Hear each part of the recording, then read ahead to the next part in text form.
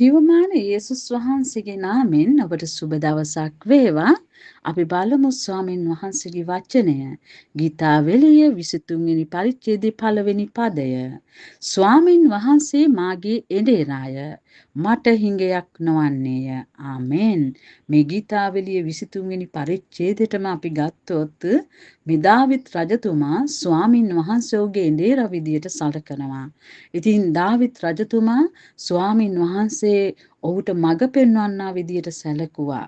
ඒ වගේම තමයි ඔහු රජ කෙනෙක් වුණත් නිතර උන්වහන්සේ තුල යැපෙන කෙනෙක් බවට පත් වුණා. ඉතින් දාවිත් රජතුමා රජ කෙනෙක් වෙලත් ඔහු එඬේරෙක් විදියට දෙවියන් වහන්සේව සලකන්නේ ඇයි?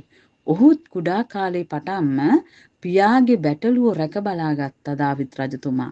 ඉතින් ඒ කුඩා කාලක පටන් ඔහු කරපු දේ තුලම ස්වාමින් වහන්සේ ඔහුව ඉහළට ඉදිරියට ගෙනල්ලා රජකම දුන්නා. ඒ රජකම දුන්නත් ඔහු උඩුගුනේ නැහැ. ඔහු පාරටුකම් කරගත්තේ නැහැ. ඔහු යටහත් පහත්ව ස්වාමින් වහන්සේගේ දෙවියන් වහන්සේ හැටියට එඬේර හැටියට තියාගත්තා. මොනවද එඬේර කරන කාර්යය?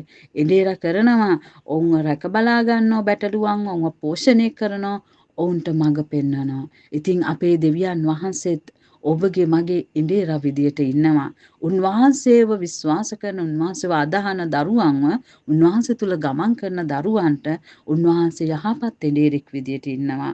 රැකවරණේ සරසන එඬේරෙක් විදියට ඉන්නවා. අපට මඟ පෙන්වන, අපව හොඳ දෙයින් පෝෂණය කරන එඬේරෙක් විදියට දෙවියන් වහන්සේ ඔබත් මාත් සමග ඉන්නවා. ඉතින් දාවිත් රජතුමා සියල්ල තිබිලත් ස්වාමින් වහන්සේව ඔහුගේ එඬේරා විදියට සැලකුවා. ඉතින් ඔබටත් පුළුවන් ඔබගේ ජීවිතයේ සෑම වාතාවරණයක් තුළ සියලු කාරණාවලදී හැම මොහොතෙම මේ සියල්ලේ මැවුම්කාර අයිතිකාර දෙවියන් වහන්සේ තමන්ගේ එඬේරා කොට තබාගෙන උන්වහන්සේ තුළ යැපෙන්න, උන්වහන්සේ තුළ ගොඩ නැගෙන්න, උන්වහන්සේ තුළ ගමන් කරන්න ඔබට ස්වාමින් වහන්සේ බොහෝ කොට ආශිර්වාද කරමින් ඔබට උන්වහන්සේ මඟ පෙන්වමින් සියල්ලෙදී උපකාර කරනසේක.